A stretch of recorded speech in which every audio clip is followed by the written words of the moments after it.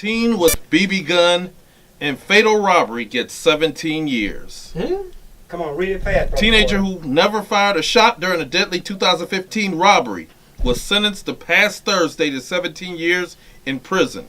Jaquil Baylor, then 17, stuck a BB gun in the face of 42-year-old Frederick McIntosh. But his accomplice wielded a .380 caliber pistol and fired a fatal shot into McIntosh's back. Common Pleas Judge Joan Sennenberg handed down the sentence after Baylor, now 19, pleaded guilty to involuntary manslaughter, aggravated robbery, and weapons charges.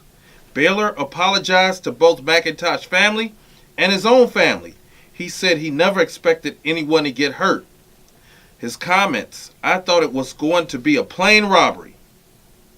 Baylor's accomplice, Jaquil Cleveland, is serving a 24-year sentence after he pleaded guilty in November to similar charges. Listen, once upon a time, I was a young man, just a little bit older than, what's his name? Come on, help me. His name is Work with me. Jaquil Baylor. Mr. Baylor. And I was associated with this young man, a few years older than I was. His name was Sonny. And Sonny came up with this good plan, cockamamie plan, that we were going to rob this gas station on 93rd and St. Clair. Wow. I think We have to get an address. 93rd and St. Clair. And so I listened to Sonny.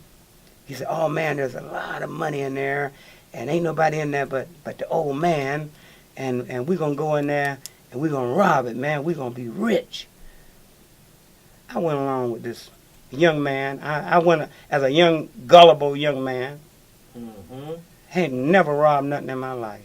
I went along with Sonny, and one day the robbery was planned, and Sonny's cousin took us up to 93rd at the gas station, Shell gas station, 93rd and Kinsman.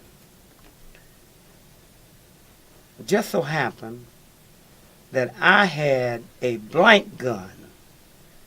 What did that young man have, sir? Help me, Don. Stay with me. Gun. He had a BB gun. I had a blank gun. Sonny had a real gun, a .38. We jumped in the car with Sonny's cousin. He was the driver. He had the car. And we went up to park a block away from that gas station. Me and Sonny left the getaway driver, his cousin, in the car. And me and Sonny walked the block up to the gas station. I knew I had a blank gun, but Sonny had the real gun. So we found out that there was the old man sitting at the counter, but there was a bigger, stronger man in the working on the cars in the bay of the garage.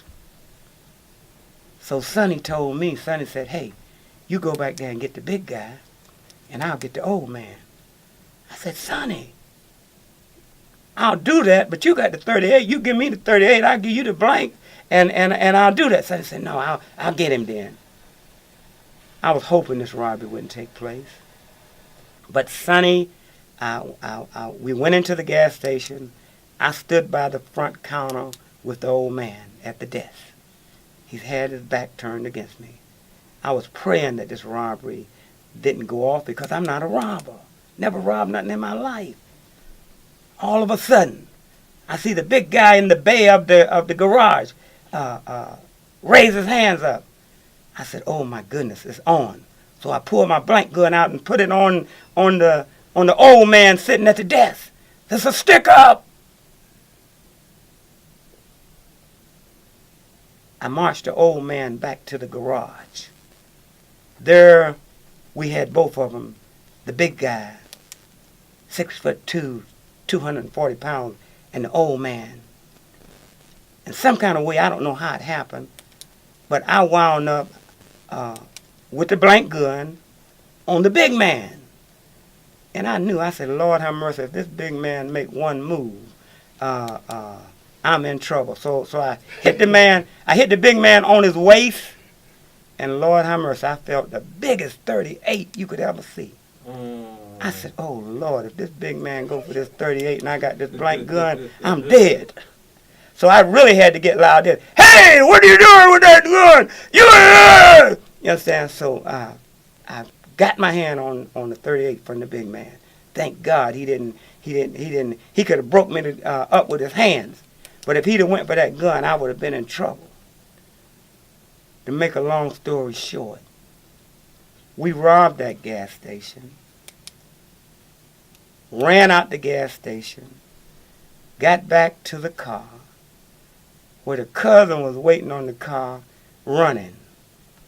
When we got back to the gas station, to the car, y'all ain't gonna believe what happened. The car run out of gas. So here's Sonny, you done let the car run out of gas. We had to leave walking with his cousin there with the car out of gas. Lord have mercy. Lord have mercy. Lord have mercy. Me and Sonny proceeded to get on the bus on Kinsman, and we made it back over to my place where we were to split the money. When we got over to my place to split the money, a little while later his cousin came over, had got some gas from somewhere. So anyway, to make a long story short, we split the money. Man, Sonny told me we was going to be rich. We was going to have thousands of dollars. Man, we had less than $1,000 for all this armed robbery and stuff that we did. We had less than $1,000. I said, Sonny, I thought you told me we was going to be rich. We was going to get $10,000, $20,000, $30,000 out of this place. All Sonny could do was look at me with this silly grin. I was so mad. I had risked my life. I had risked those people, the attendant's life. What was wrong with me? From that day forward, I swore that I would never participate in another armed robbery or nothing like that. And I lived up to that day. But now I got to worry about, will the police come? Will the police pick me up a few days later? What will happen? Thank God, that was over 30 years ago. Nothing ever happened. We got away with the crime.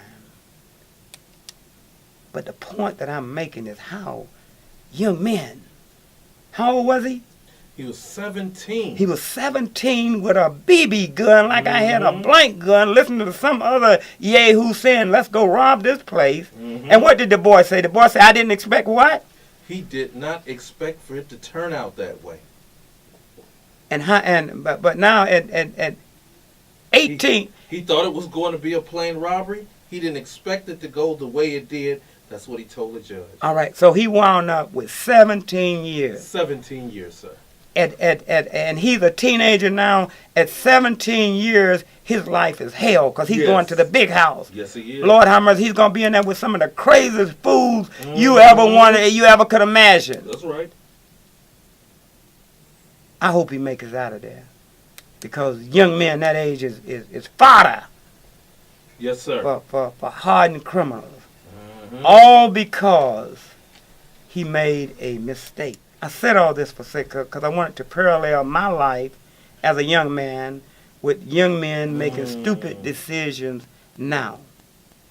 If it wasn't, Sam from Melanated Media News, if it wasn't for the grace of God having mercy on me, thus would have been me. What's his name?